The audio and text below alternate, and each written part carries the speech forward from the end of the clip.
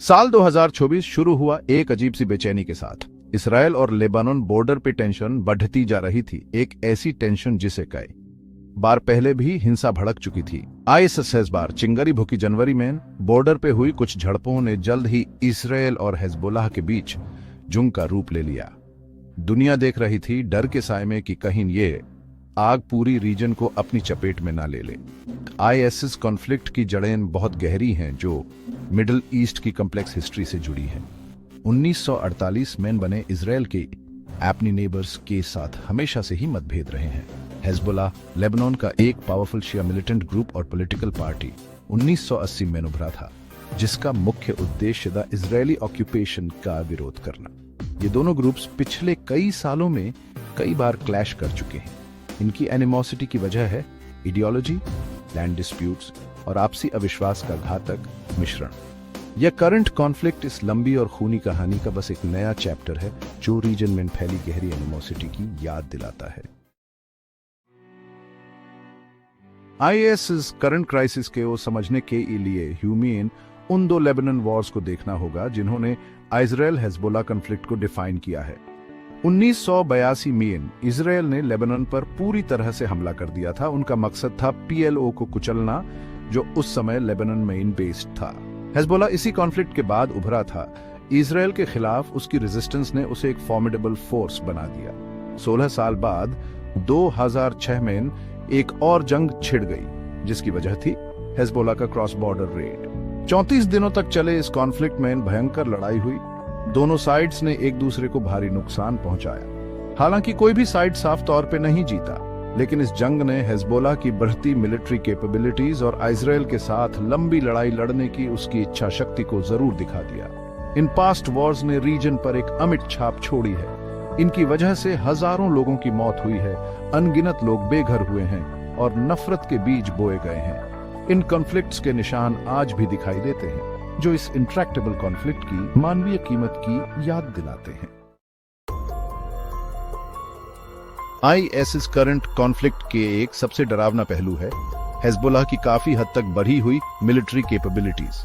पिछले कुछ सालों में इस ग्रुप ने बहुत बड़ी संख्या में रॉकेट्स, मिसाइल्स और दूसरे वेपन्स इकट्ठा कर लिए हैं, जिनमें से ज्यादातर ईरान ने सप्लाई किए हैं। अनुमान है कि हिजबुल्लाह के पास 1 लाख से भी ज्यादा रॉकेट्स हैं, जिनमें से कुछ तो इजरायली टेरिटरी के अंदर तक मार कर सकते हैं। यह आर्सेनल इजराइल की सिक्योरिटी के लिए एक बहुत बड़ा खतरा है, जिसे इजरायली ऑफिशियल्स ने स्वीकार भी किया है।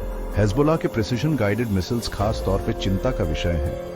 ये पावर प्लांट्स और एयरपोर्ट्स जैसे स्ट्रेटेजिक इंफ्रास्ट्रक्चर को बहुत ज्यादा नुकसान पहुंचा सकते हैं। इस ग्रुप की बढ़ी हुई कैपेबिलिटीज इजराइल के साथ फ्यूचर कॉन्फ्लिक्ट्स की तैयारी करने की उसकी लॉन्ग टर्म स्ट्रेटेजी का नतीजा है।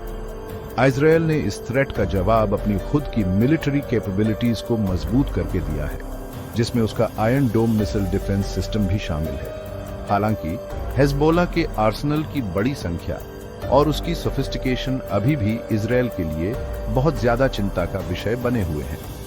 भविष्य में एक और कॉन्फ्लिक्ट होने का डर, जो शायद पिछले कॉन्फ्लिक्ट से भी ज्यादा विनाशकारी हो सकता है, बढ़ता जा रहा है। Section 4 regional and international implications, a world on as.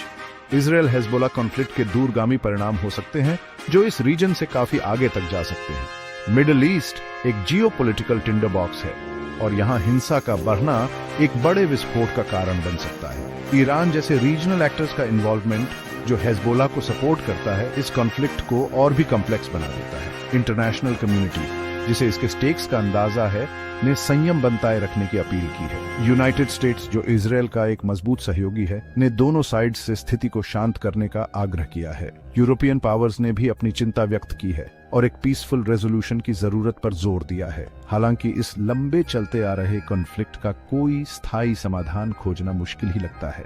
Parties के बीच गहरा अविश्वास और रीजनल अलायंसेस और राइवलरीज का कॉम्प्लेक्स वेब निगोशिएटेड सेटलमेंट को एक मुश्किल काम बना देता है। जब तक इस कॉन्फ्लिक्ट के मूल कारणों को दूर करने का कोई रास्ता नहीं मिल जाता, यह रीजन खतरे में ही रहेगा। Section 5 the quest for piece, a distant hope in a troubled land. मौजूदा हॉस्टिलिटीज के बावजूद इस रीजन में बहुत से लोगों के मन में शांति की इच्छा अभी भी जिंदा है। बॉर्डर के दोनों ओर के आम लोग इस कॉन्फ्लिक्ट का खामियाजा बहुत लंबे समय से भुगत रहे हैं। वे एक ऐसे भविष्य की ख्वाहिश रखते हैं जहां उनके बच्चे हिंसा के डर के बिना बड़े हो सकें। हालांकि शांति का रास्ता कांटों से भरा हुआ है। डिस्प्यूटेड टेरिटोरीज के स्टेटस और पैलेस्टाइनियन रिफ्यूजीज की वापसी के अधिकार जैसे मुख्य मुद्दों पर दोनों पक्षों के बीच अभी भी गहरा मतभेद है। इसके अलावा इजराइल और हिजबुल्लाह दोनों के ही डोमेस्टिक कॉन्स्टिट्यूएंसीज हैं, जिन्हें इस कॉन्फ्लिक्ट के जारी रहने से फायदा होता है। इन चुनौतियों के बावजूद डायलॉग के रास्ते तलाशने के लिए कुछ प्रयास जरूर किए गए हैं। इजिप्ट और कतर जैसे थर्ड पार्टी मीडिएटर्स ने पार्टीज के बीच कम्युनिकेशन को सुगम बनाने में महत्वपूर्ण भूमिका निभाई है। हालांकि इन प्रयासों से अभी तक कोई खास सफलता नहीं मिली है, लेकिन ये एक ऐसे माहौल में आशा की किरण जरूर है जो वरना काफी निराशाजनक है। Section 6, the uncertain future, a looming storm. जैसे जैसे साल 2024 आगे भी आ रहा है, इजराइल हिजबुल्लाह कॉन्फ्लिक्ट का भविष्य अनिश्चित होता जा रहा है। मौजूदा सीजफायर जो इंटरनेशनल मीडिएटर्स ने कराया है अभी भी नाजुक है। टेंशन्स अभी भी बनी हुई हैं और कोई भी गलत कदम या उकसावे की कार्रवाई इस कॉन्फ्लिक्ट को फिर से भड़का सकती है।